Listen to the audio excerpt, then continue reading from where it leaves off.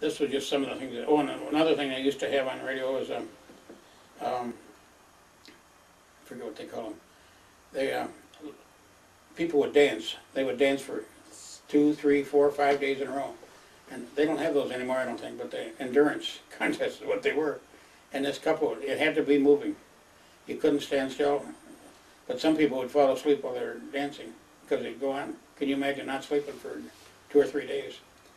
But Veda and my mother would just listen to that by the hour. But I hope this couple wins. They sound like a neat couple. They pick out favorites, and but that was just some of the things they listened to on the radio. But I remember listening to football games, and then, oh, my mother loved baseball. I never saw anybody that loved baseball more. But she and I would listen to the Tigers back in the early 30s. Ty Tyson would come on. And in those days, Mobil Oil did the backing. They called it, in those days, before Mobil Oil, they called it Saucony Vacuum. Saucony means S-O-C-O-N-Y. It's a Standard Oil of New York. So Saucony, that's, and they call it Saucony Vacuum Oil Company. And then they changed it to Mobil Oil. But they were the sponsors of the Tigers. But in those days, Charlie Gehringer played, and Tommy Bridges, and they named all the players. And finally, one day, a kid across the street from me was 12 years old, and I think I was 11. He said, "Glenn, I've got 2 tickets to the Tigers game today," and he said, "I don't know if anybody else, I'd rather go to the ball game with than you if you'd like to go." So I ran home and I said to my mother, "Eugene Dykes across the street has 2 tickets to the Tiger game. She said, do you think I could go?" "Well, how would you get down there?" I said, "I don't know." I have no idea. I didn't even know where Tiger Stadium was. And she said, "Well, I'm going to let you have a quarter."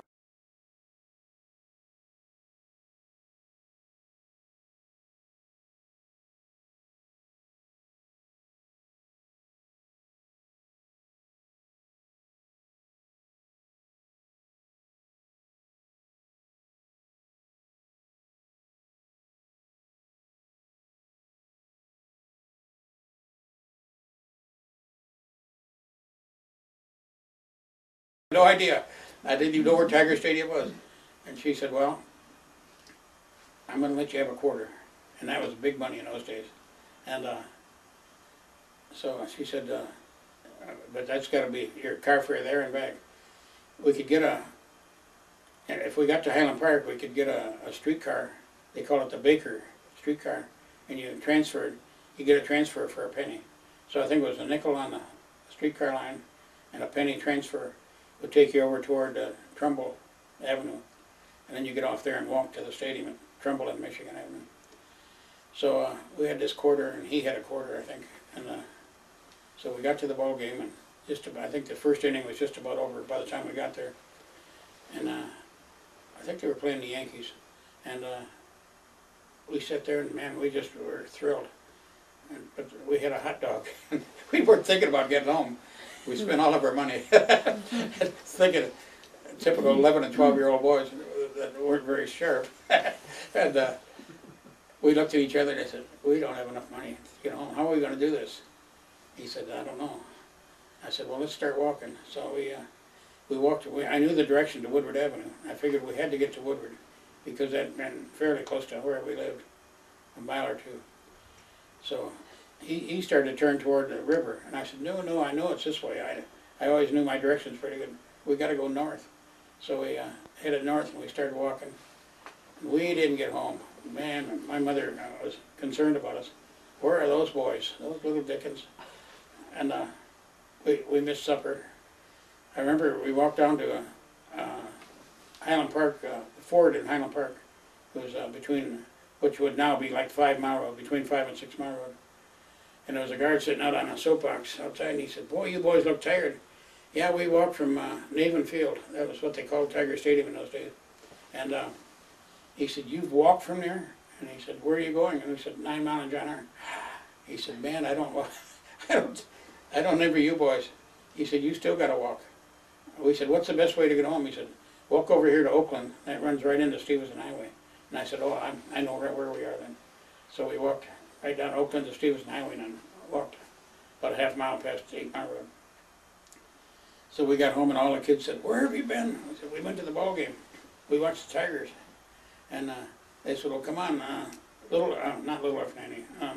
That was one of the shows then. The Snyder boys, the Snyder family,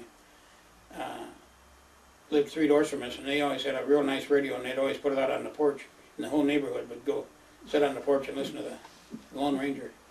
So my mother said, "Well, here's a sandwich going if you want to go listen to the radio." So I said, "Boy, I'm tired, but I do want to go." I almost fell asleep listening to that, listen to the Lone Ranger. But so that's what we did, and then I went home and I slept, I think, for about 10 or 12 hours. Those are the highlights of a kid in Hazel Park growing up. I think I was 11 and he was 12. Did you get an allowance? Tell us about Allowance? No, I never heard of the word allowance. That never came into the picture. There was no money to allow. My dad used to say I would be a happy man if I could wake up every morning and look in my wallet and there'd be $1. He'd be happy if he had $1 in his wallet. And nowadays, if you don't have a couple 20s, you feel out of it. But he raised 8 kids, and none of us went to jail, so I guess we were successful.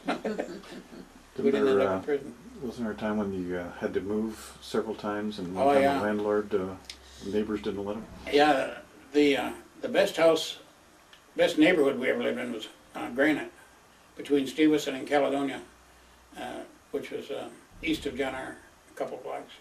But we had to move it from there. It had French doors, and I'd never heard of such a thing, but it's just a beautiful little house. So nice and comfortable. Had a basement with a good furnace. We always had hot water.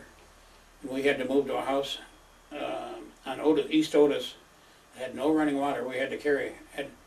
We had 2 pails, and I'd go down to the pump. It was about, probably 200 feet down the road. And there was a neighborhood water supply. I'd get a couple pails of water and take home. But we hadn't been out of that house 2 weeks, and I went back to the neighborhood, and the whole house was gone except the basement. And I said, "What happened?" And they said, "Well, everybody from half a mile around was mad that Churchill's had to move, and some of the boys wanted a bunk, and some of the men wanted to make a little some improvements on their house or their garage. So they took the 2x4s and the doors and the windows, and that house disappeared. There wasn't anything, just a hole in the wall on the ground for the basement. And another year that was covered up. And he couldn't even tell her there had been a house there. But it was the nicest little house in the neighborhood. But what a neighborhood. The kids were just tremendous. Right next door was the Scotts. Virgil Scott, who was later the police chief in Royal Oak. He was 14 when I was 10. We lived in that house.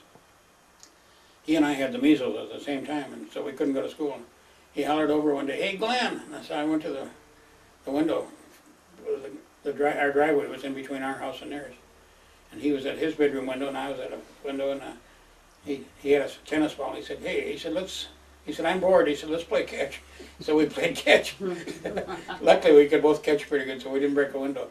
But as I said later, he was the Royal Oak police chief. But he's still one of my buddies.